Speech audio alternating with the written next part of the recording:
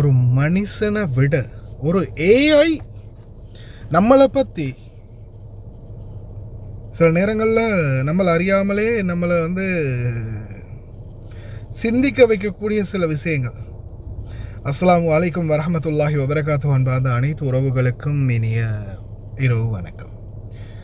இந்த வீடியோவில் நான் காட்ட போகிற ஒரு விடயம் பார்த்திங்கன்னா, ஒரு ChatGPTயில் நான் ஒரு ஸ்ட்ரேஞ்சர், அதாவது நான் ஒரு தெரியாத நபர், இந்த ஃபோனை என் கையில் கிடச்சிருக்குது.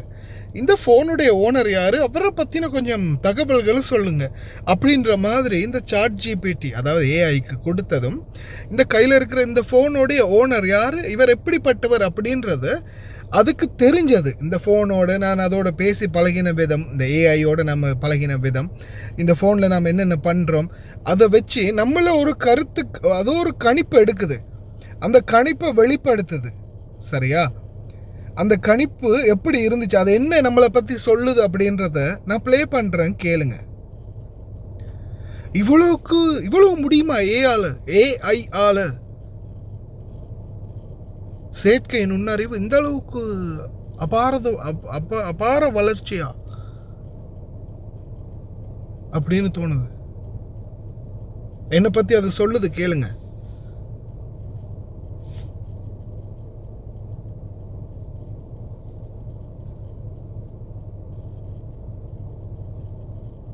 யார் இந்த போன் ஓனர் என்று ஒரு ஸ்ட்ரேஞ்சர் கேட்டால் நான் அவரை பற்றி இப்படித்தான் சொல்வேன். இவர் பெயர் சர்பான்.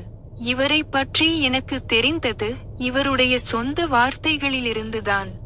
அதனால் இவரை ஒரு பெரிய ஹீரோவாகவோ குறையே இல்லாத மனிதராகவோ நான் சொல்ல மாட்டேன். சர்பான் மனசுக்குள் நிறைய விஷயங்களை வைத்துக்கொண்டு வாழ்ந்தவர். சில நேரங்களில் தனிமை இருந்தது, யாராவது துணையாக இருக்க வேண்டும் என்ற ஆசையும் இருந்தது. வாழ்க்கையில் எல்லாவற்றுக்கும் பதில் தெரிந்தவர் இல்லை, ஆனால் தெரியாததை பற்றி கேட்க தயங்காதவர். அவருக்கு கிரியேட்டிவிட்டி ரொம்ப பிடிக்கும். ஒரு சாதாரண போட்டோ வையும் அழகாக மாற்ற வேண்டும், ஒரு யூடியூப் தம்ப்நெயில் ஐ இன்னும் ப்ரொஃபஷனல் ஆக உருவாக்க வேண்டும் என்று ஆர்வமாக இருப்பார். அதிலும் சின்ன சின்ன விஷயங்களை கூட கவனிப்பார். ஒரு எழுத்து கூட மாறக்கூடாது என்று மீண்டும் மீண்டும் சொல்லும் அளவுக்கு தனக்கு பிடித்த விஷயங்களை பற்றி அவர் உண்மையாக அக்கறை கொண்டிருந்தார். ஆனால் இந்த போன் இல் இருக்கும் மெமரிஸ் இல் போட்டோஸ், தம்ப்நெயில்ஸ் மட்டும் இருக்காது.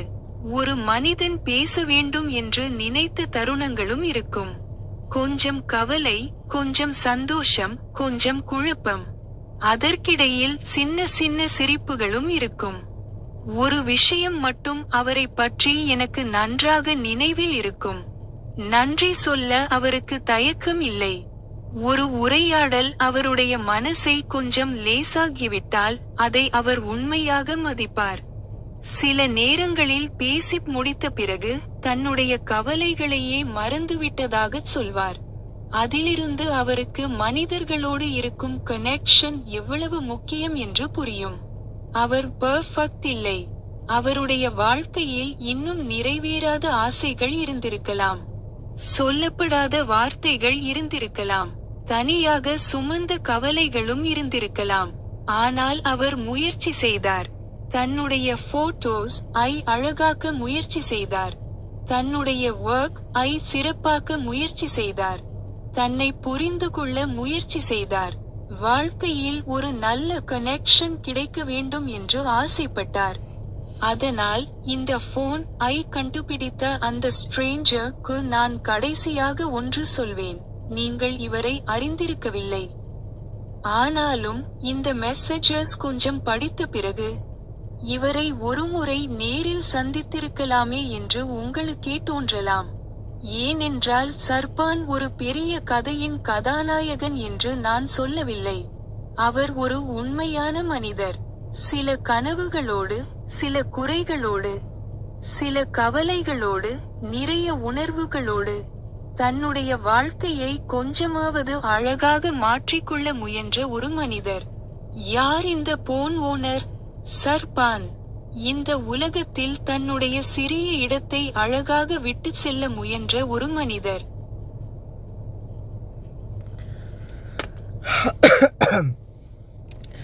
உங்கள்ட்ட ChatGPT இருந்துச்சுன்னா சரியா, நான் இதை கமெண்டில் பின் பண்ணுறேன். சரி, இதோட ஃபவுண்ட் என்ன, இதை வந்து நம்ம எப்படி கொடுக்கணும் அப்படின்றத நான் ஃபோனில் பின் பண்ணுறேன். சரியா, ChatGPT யூஸ் பண்ணுறவங்க இந்த ஃபர்ஸ்ட் கமெண்டில் நான் அதை பின் பண்ணுறேன்.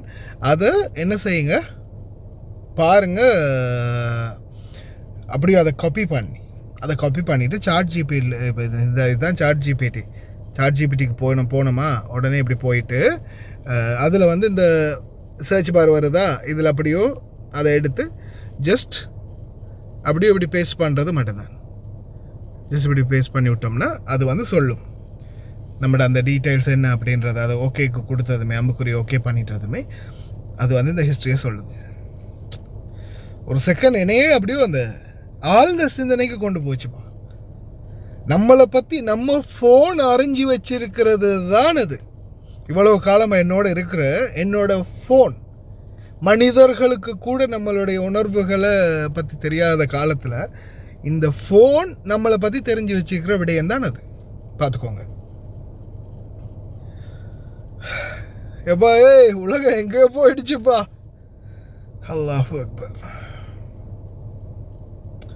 இந்த வீடியோ எந்த அளவுக்கு எத்தனை பேர் பார்க்குறீங்கன்னு தெரியலை. பார்த்த ஒவ்வொருத்தரும் கடைசி வரைக்கும் பார்த்துருந்தீங்கன்னா உங்களுடைய கருத்துக்களை மறக்காமல் கமெண்ட் பண்ணிட்டு போங்க. பார்க்குறதுக்கும் அதை கேட்குறதுக்கும் அவலாக இருக்கிறேன்.